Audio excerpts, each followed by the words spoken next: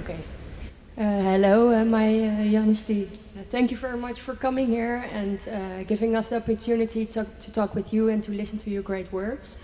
My question is about a current theme right now. It's about immigration. Yeah. And I know you're also an immigrant from Tibet. Mm-hmm. So yesterday I was a little bit surprised because I read an article about you saying that Europe is from the European and that the immigrants should go back to their home country. And that was not really comparable with the great words I hear you say about altruism, love, acceptance, equality. And my own opinion is that we earn a lot of gain and development in Europe also from other countries. So in my opinion, they are really welcome here. Can you maybe further explain yourself? Yes. Because I think we're Very on good. the same line, but I would like to hear you say more about that. Yes. Please. Thank you. Those refugees from other country to Europe, I think like Germany and some other European countries provide help them. Wonderful.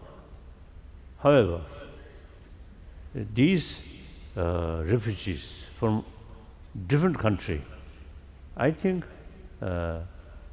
they themselves also should think their home is their own land. So in their own home, killing, bully, so a lot of suffering. Therefore, they something like escape. So European countries must provide shelter to them, and particularly children should provide facility for education, and the younger people should provide sort of the training, including some mechanic sort of training. Then the aim is eventually they should return their own land to rebuild their own country. That's my view, right from the beginning. So give shelter. For example, we Tibetan take shelter in India, but most of Tibetan is eventually, when situation change, everybody is want to return. So each country, their own culture, their own language, their own way of life, is better to live their own country. That's my view.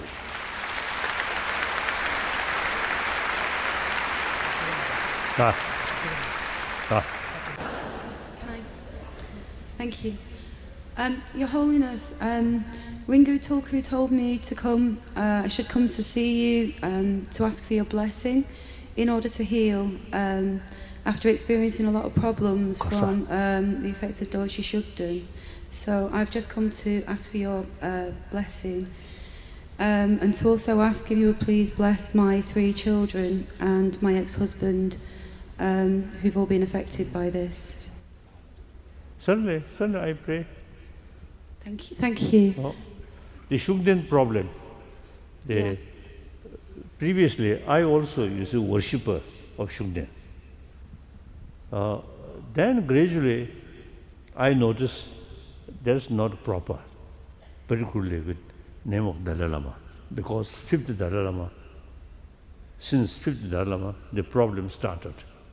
The Myeonam Logbe Tamsin Jumbo, then the Drawala Chawa Chicken Sungdo, Yangabe. So the fifth Dalai Lama, finally came to recognize the kind of, destructive nature of this particular spirit, which has arisen out of a distorted aspiration.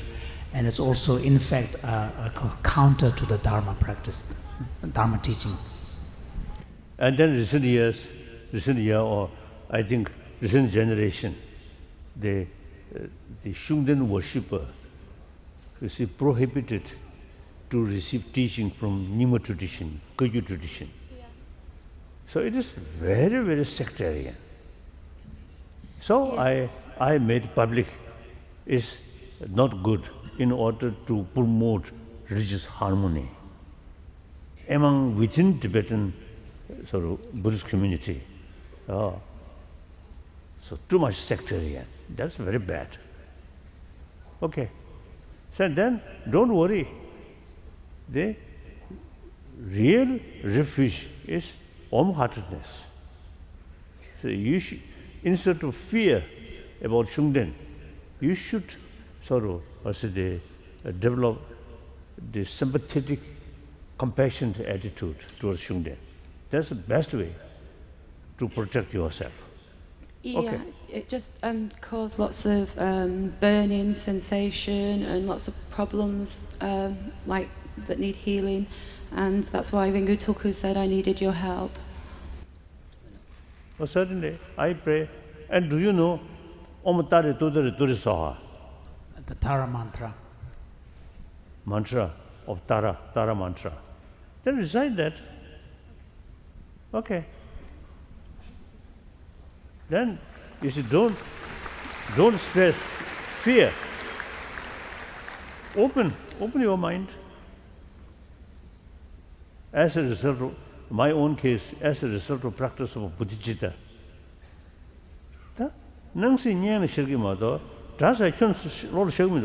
So if you're able to open your heart and really to practice bodhicitta, then everything will appear as friends rather than hostile forces. Okay. Your Holiness, first I wanted to say that I really think that you deserve to receive the Nobel Peace Prize for a second time. When announcement come, they choose because of Nobel, When the announcement was made in '89, and some sort of media people, you see, they asked me, what do you feel? Then I told them, I'm just a Buddhist monk, no more, no less. So, the Nobel Peace is some kind of recognition about my certain sort of contribution for well-being of the people, like that. That's all. I wanted to ask, on Dutch television, I heard you saying that a Lama or a Tulku can appoint his own reincarnation. So you are the one. How I don't understand. Oh, yes, that is quite complicated. And firstly, no Buddha's reincarnation. But Buddha's sort of mind still continuously there, but no formally recognized as a Buddha's reincarnation. I think this, although in India also you see some practitioner from childhood, they have clear memory about past life, but no formal recognition. So in Tibet also, you see some people have very clear memory about past life. I met some people, some children, very clearly remember about past life. And their parents' name and place, everything. So, whether you see formally recognized or not, there are cases who remember about past life. But the reincarnation, Lama reincarnation, I feel in Tibet, in the past Tibet, feudal system. So the Lama institution becomes something like landlord.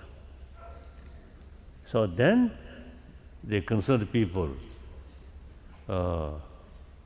have some special interest to keep that institution as a landlord.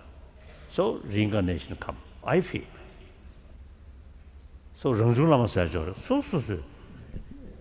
some Lama in till 20-year-old one student reach 20-year old and already show good knowledge through study and good behavior, then recognize. So there seems to be a particular system of recognizing reincarnation where one waits until the child has become actually mature and demonstrated the qualities and the ability. That system seems to be actually quite good. Thank you. Now here.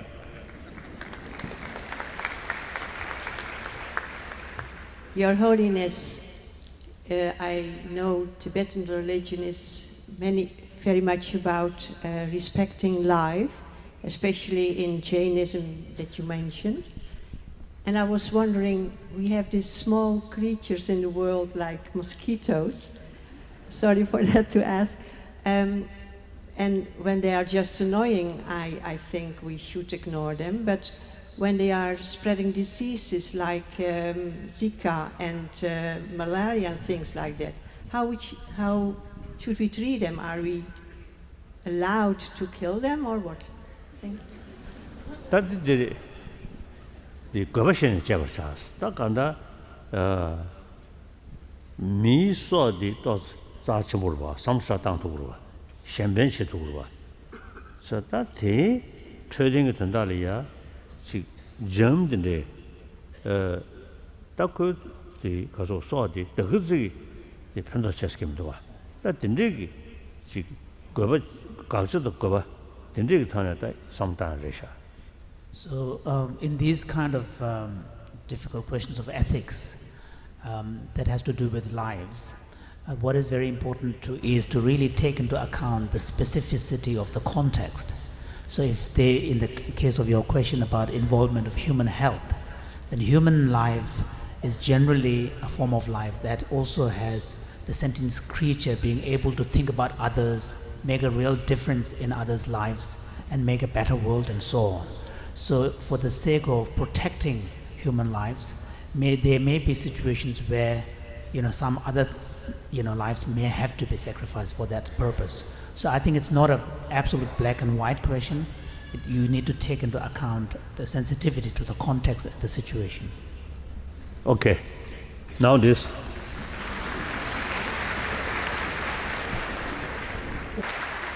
Okay. Good morning. First of all, I would like to thank Your Majesty for coming here, Your Holiness. Just maybe a first brief remark, because you mentioned the conversion. And recently, actually, I've decided to convert. And I would never ask anyone or advise to convert, but I think one of these very few cases which actually I feel it made me feel right and helped me to actually go into feeling detached from the reality. So that was a very good experience. Having said that, no single person, I will try not single person to convince to try a religion. It doesn't make any sense. Secondly, I would like also to thank you very much for your support. Sorry? Ale. What did it?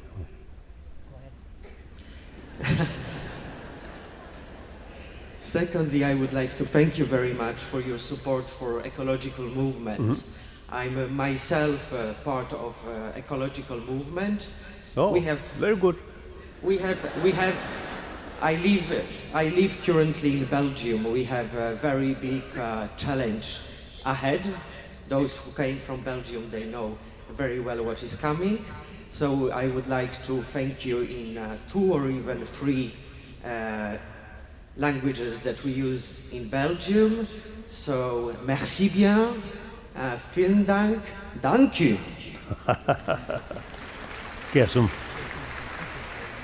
Okay. And third thing, if I can just take a little bit of time, something negative. It's a question because we've been discussing about different religions, and this is something that I cannot understand. Like we've got all this cruelty in the world. The world is very difficult. You've been mentioning the situation in Tibet. There is a rise of nationalism in Europe. Thank you for mentioning European Union. I work for the European Union, and I'm afraid of what is happening. I'm very much afraid. How is it possible that the karmic law, the God, the Allah, allows for such world which is so difficult?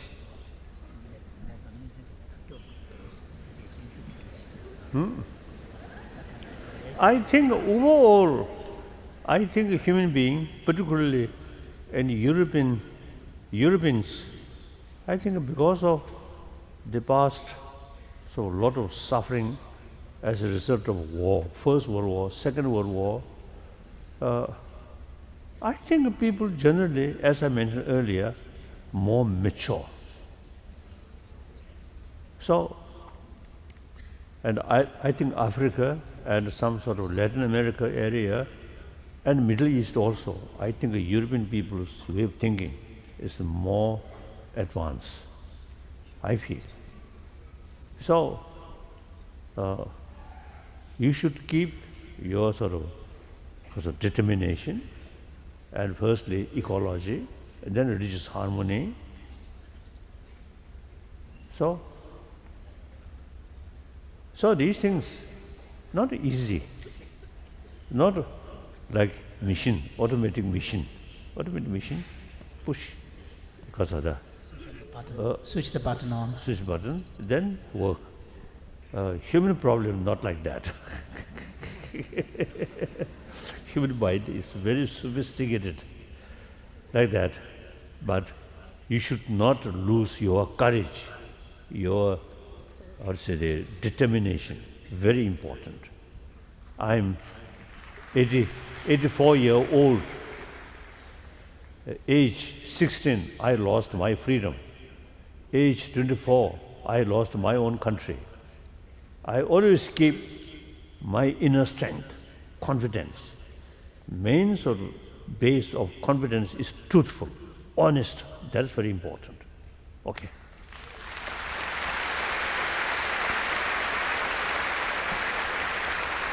Yes. Good morning, Your Holiness. A few years ago when you were here, you stressed the importance of developing awareness, and I've kept that in my heart, but I was still wondering, how do you recommend to develop awareness within yourself?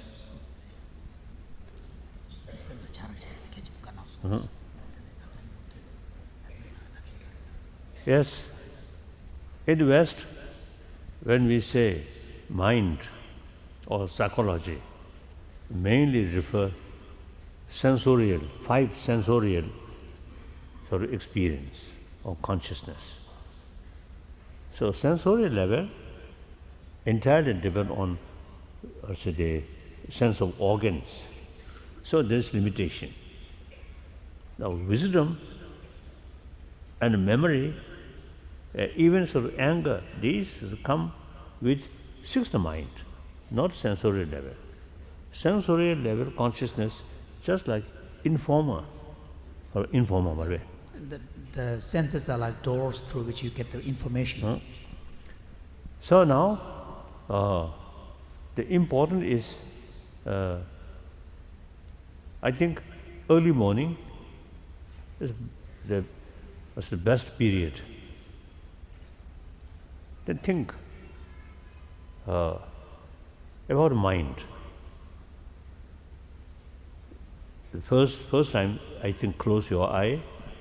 Eventually, not necessarily close eye. Just think about we call sixth mind, main mind. That at the beginning, not easy, but such practice, the time, very important factor.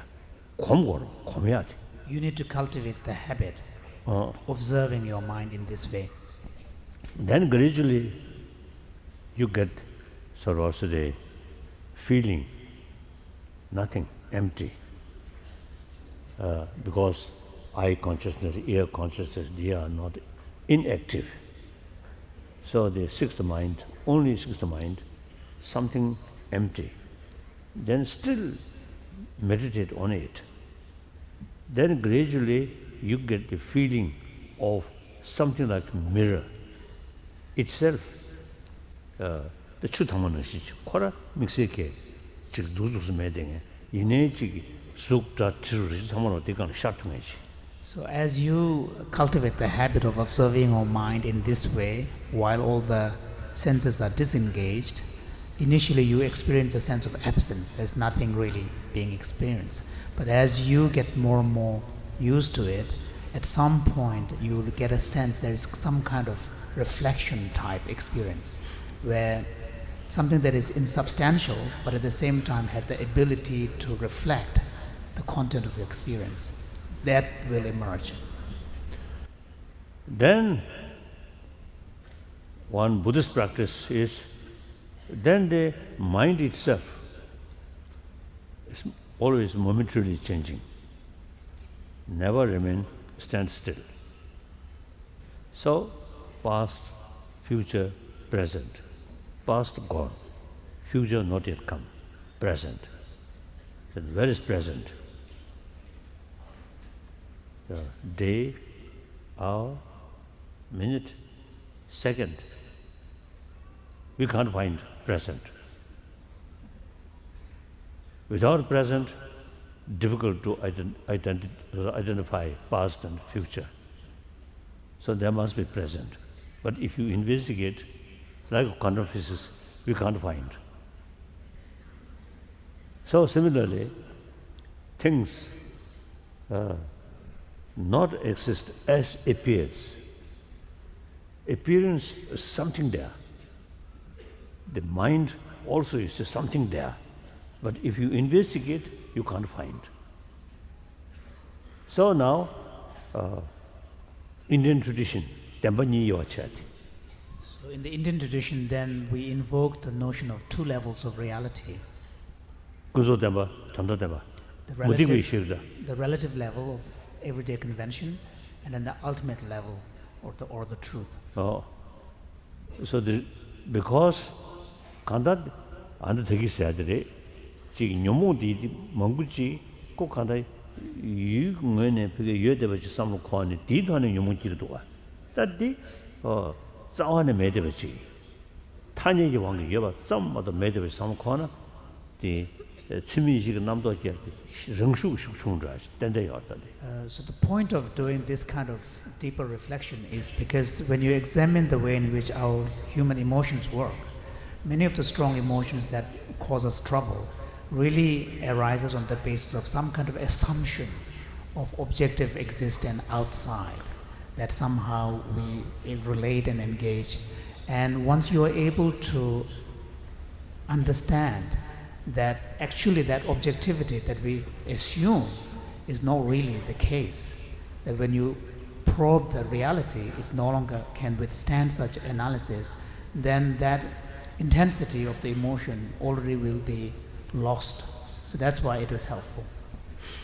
I myself, you see, I think my age 15, 16, I already developed interest about ultimate reality. Then I much sort of pay attention, reading, study, and think. Particularly last now 20 years, I really seriously thinking that immense help is to tackle the destructive emotion, which is based on the so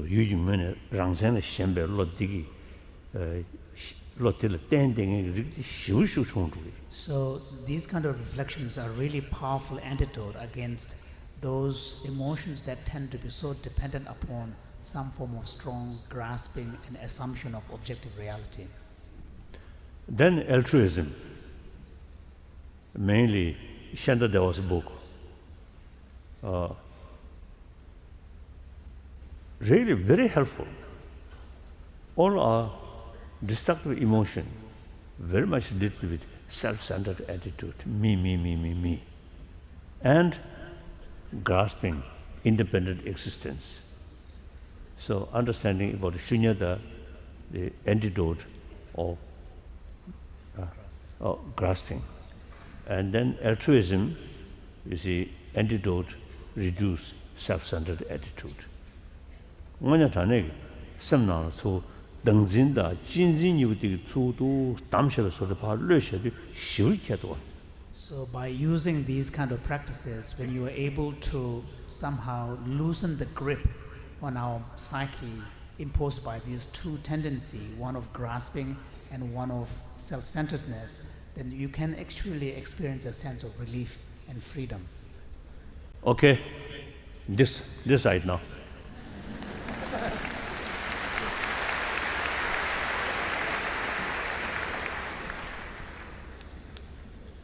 Thank you, Your Holiness, for allowing me to ask this question. I am from Ireland, and when I think of Tibet a bit like Palestine and Gaza. And my question to you would be, what do you think is, can you give me any advice, or what do you think what's happening over there between Israel and Palestine and Gaza? It's very sad, you know? Yes, very sad. And on top of that, the United States, some sort of the The funding that has been discontinued. Very sad. But fortunately, like UN, some sort of human rights they really they raise the serious question about Palestine. Very sad. Very sad. The other day, I met among the hotel Among staff at the hotel. I asked, what was his country? Then Palestine. Immediately I feel very sort of sad. Then India, Goristan. So I hugged the person. So we also, through our own experience, we know very well how much suffering, not only physical level, but emotional level. So we have full sort of sympathy, but nothing can be done. Whole world just, based on their self-centered attitude and power. I have many friends, Jewish friends, wonderful, very capable, but they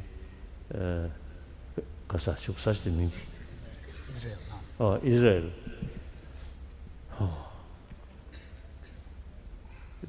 I think Jewish people I respect, I admire. Really, they are very able people, but sometimes they discriminate Jewish and Palestine. It's sad, very sad. Thank you. Ninja.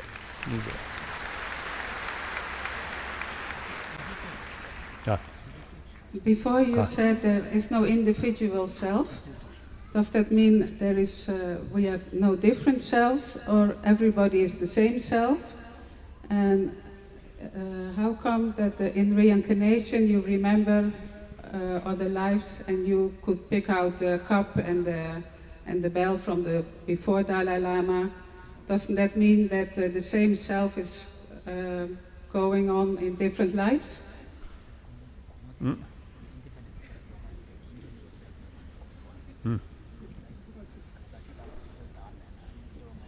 I mean, individual self, there. You and me, two persons.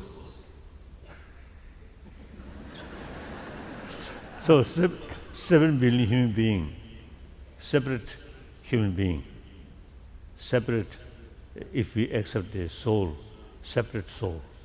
Then, third in Dalai Lama, the concept of reincarnation, rebirth.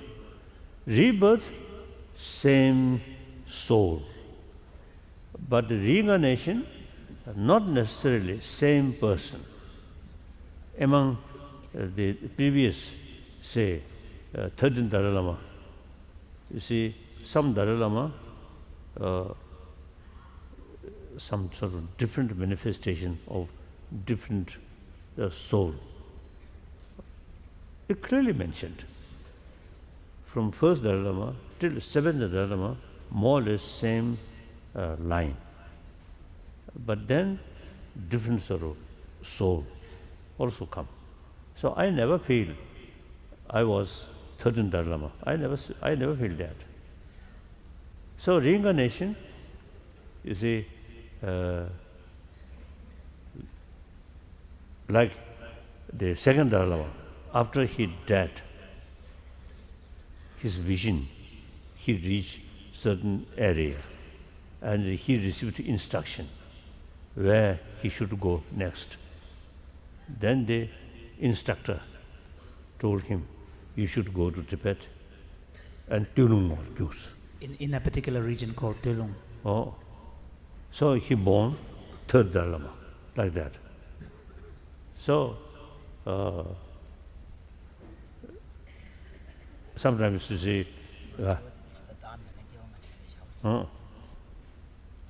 so nobody deny existence of self.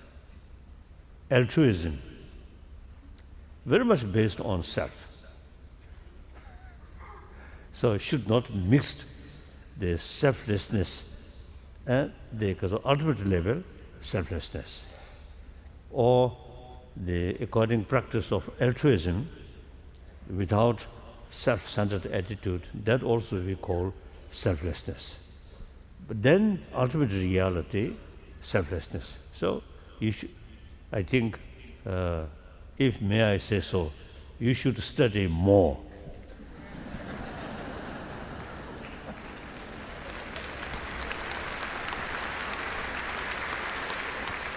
Thank you for taking my question. I stay at home and I take care of 2 small children, and I was wondering if you have any advice for parents. What's the most important thing they need to teach children today, or any general parenting advice? Thank you. I have no children, so no experience. So, in generally, I think a parent should provide maximum love to your children. That's important. One from here. Thank you. This will be the last one, yeah. Thank you, Your Holiness. Tashlelek. My question is about being a Buddhist monk. You were talking about the benefits of religion in this troubled world for 7 billion people. And you are a Buddhist monk in this life. And my question is, how does a Buddhist monk, apart from you being so great as Dalai Lama, but just a Buddhist monk, how does a Buddhist monk benefit 7 billion people and other beings? Firstly, monk and nun, I think we are the contributor of birth control.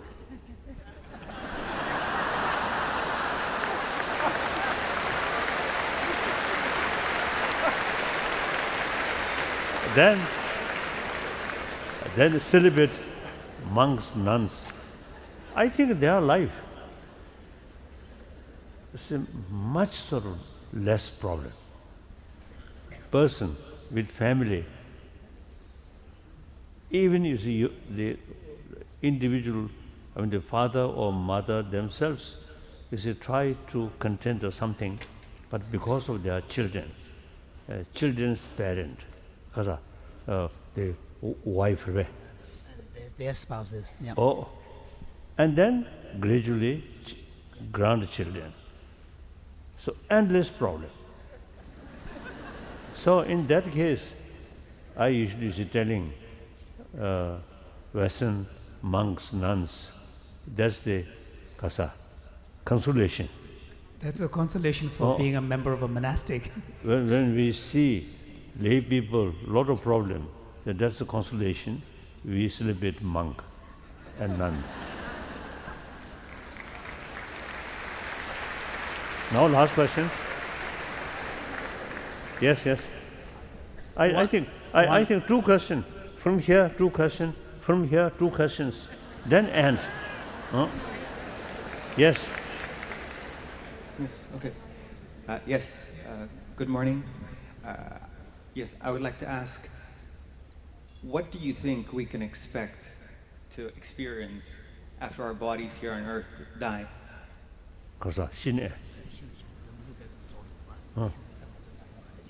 As I mentioned earlier, the subtle level of mind continuously. The non-Buddhists, they call independent self, Atma. So it continues.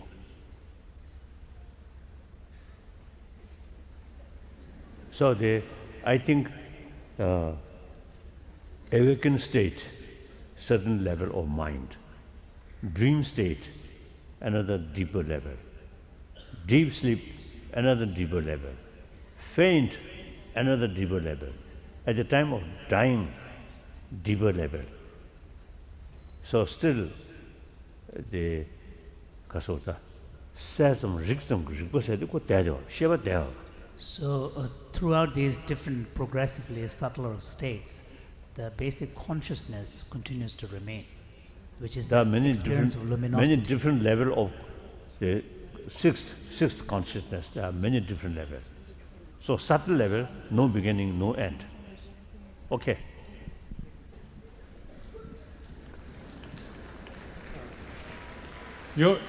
Thank you. One of the forms of love is romantic love, and there's been quite some evolutions in that field. I think there's been more openness to sexual pleasure, more gender equality, and I think some people don't know now what to do. What are your views on the role of romantic love? Does it have an educational value? How would you like to see it evolve? What is a mature romantic love or sexual behavior? I think wrong person to ask.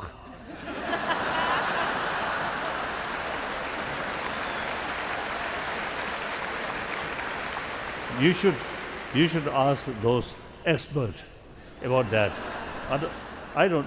In any way, attachment or loving kindness, which because of I think test your practice of loving kindness really because of